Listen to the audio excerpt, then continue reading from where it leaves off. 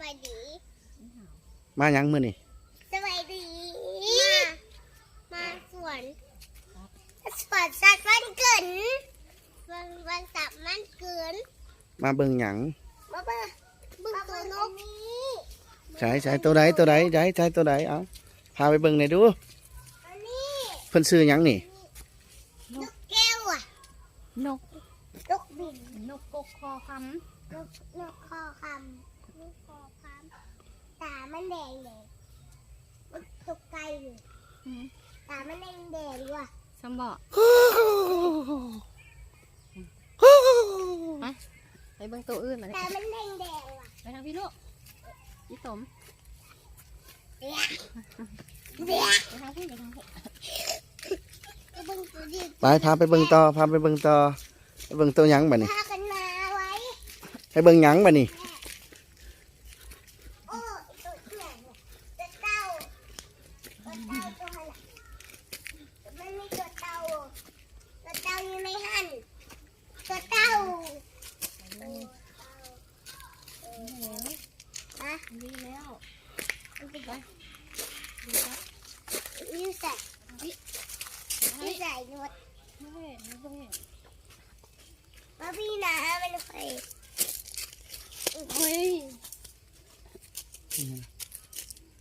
ไปทางพี่ไปทางไหนบัดนี้ยังบ่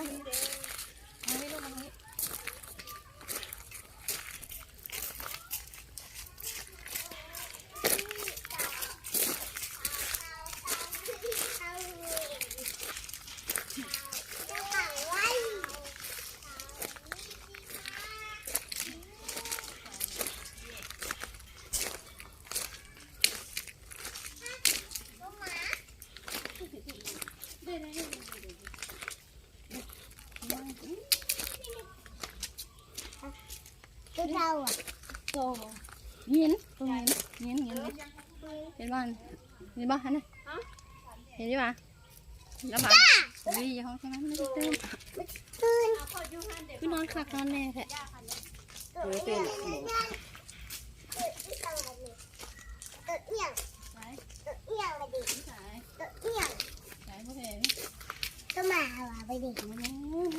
ตัวเอี่ยงมาดิตัวเอี่ยงเลยแหละตัวเงี้ย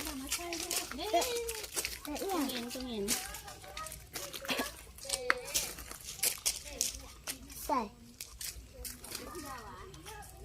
พี่ชายมันดีแล้วปะ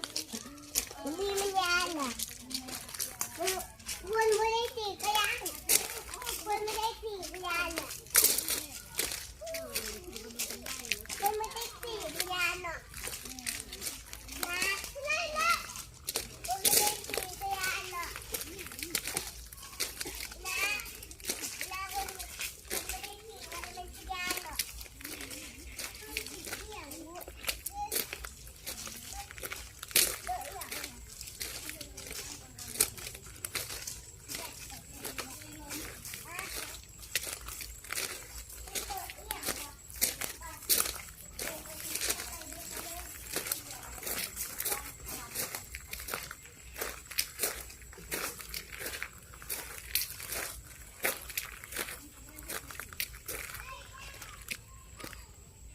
ไปทางไหนบัดนี้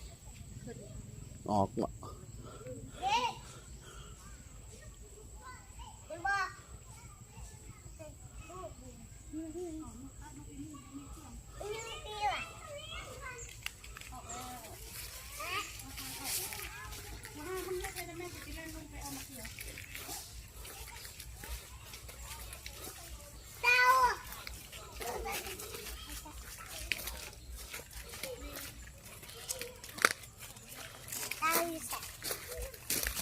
แม่กับพ่อติดขอบลูกมันดูขอบมันจะพุ่นพ่อแม่กับพ่อเห็นที่กันมันจะพุ่นไปสนะมันโมเห็นแล้ว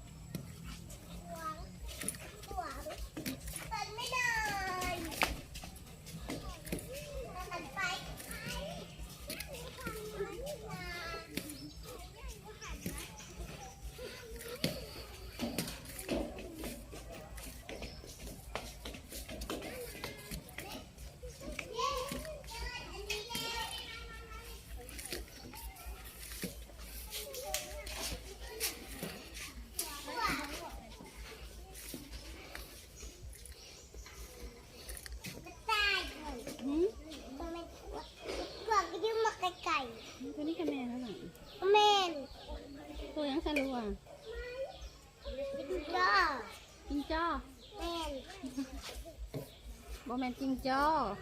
ก ระต่ายอ่ะ มันกระต่ายนี่กระตีนี่ตีหมดเลย มันจะเตือนมัน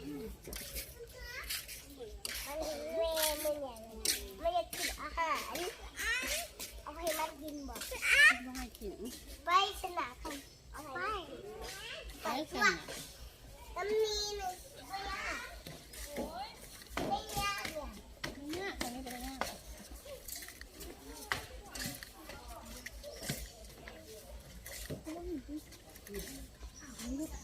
ขาเรามันละ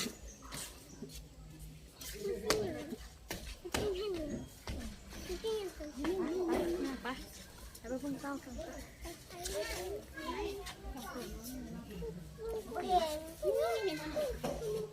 เห็นแล้วปะนี่ลูกเห็นปะ ไม่อยู่ในน้ำอ่ะ บอเห็นแล้วปะ มันไปอยู่ในน้ำอ่ะ เห็นแล้วปะไปมาดิออกมา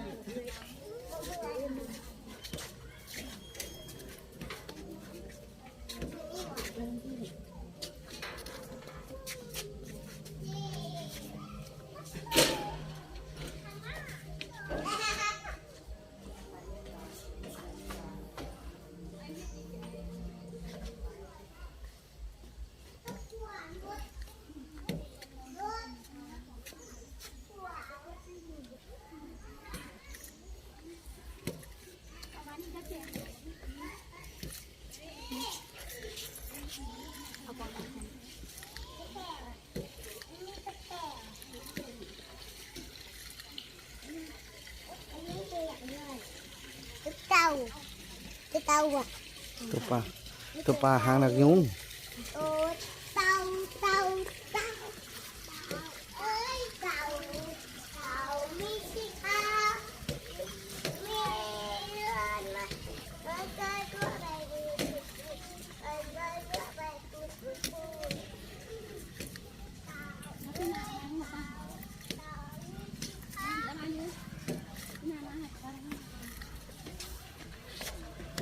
สบายด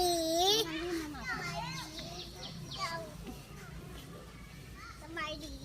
เขาอยากได้เป็นไม่ติดเจ้าคนเดียวเวลาไปไป นี่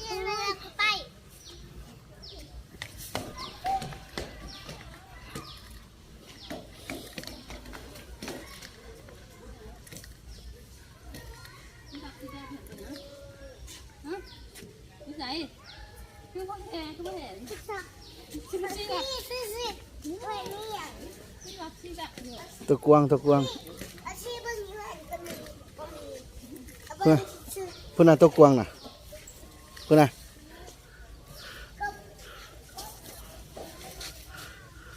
ก็ปะใจไม่มีสมองใส่ตัวกวางอยู่ใส่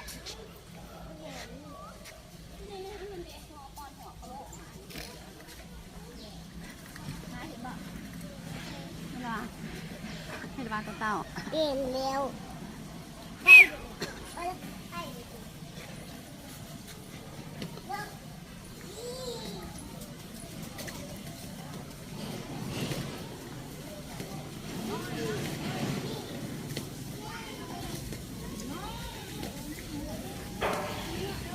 มาได้ไหม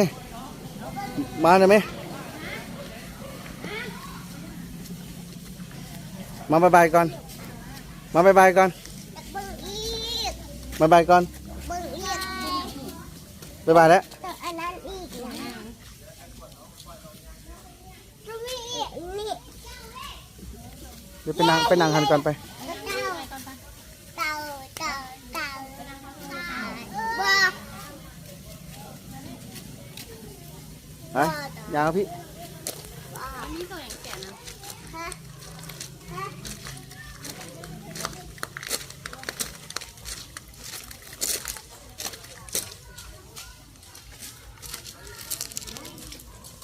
เห็นบ่พี่นาเห็นบ่ เห็น ไปยางไปพุ่นหาอนุไปเบิ่งตัวพุ่น